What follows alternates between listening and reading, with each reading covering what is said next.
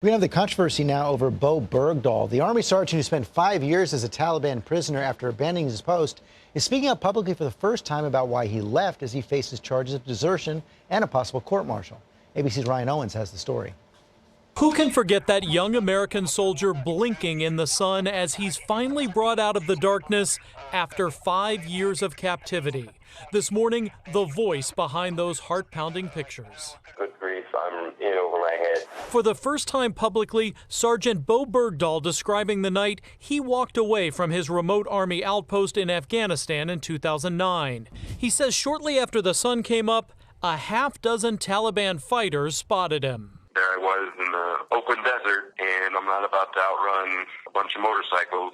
So, I couldn't do anything against 6 or 7 guys with AK-47s. Bergdahl's account comes from phone conversations with this screenwriter, released Thursday as part of the highly anticipated second season of the podcast Serial. On the tapes, the young man from rural Idaho claims he abandoned his fellow soldiers to draw attention to what he calls bad leadership in the Army. He says another reason he walked away? To prove he could be like the movie action hero Jason Bourne. Yeah, so I had this fantastic idea that I was going to prove to the world that, I was the real thing.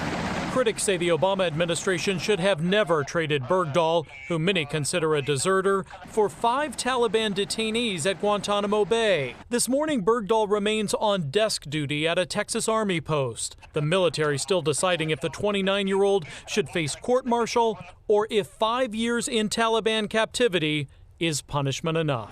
For Good Morning America, Ryan Owens, ABC News, Dallas. Okay, Ryan, thanks very much. Dan Abrams here now for more on this. And so far, the military prosecutors have recommended a pretty light sentence. Right. So far, we've had what's effectively like a probable cause hearing or preliminary cause hearing where they've laid out the evidence. The prosecutors are saying, we think he should be charged with something serious like desertion. He could face up to life in prison. They have this hearing, and the lead military officer overseeing it, it seems, is saying, based on everything I've heard, I don't think there should be serious charges. But he's not the final word on it.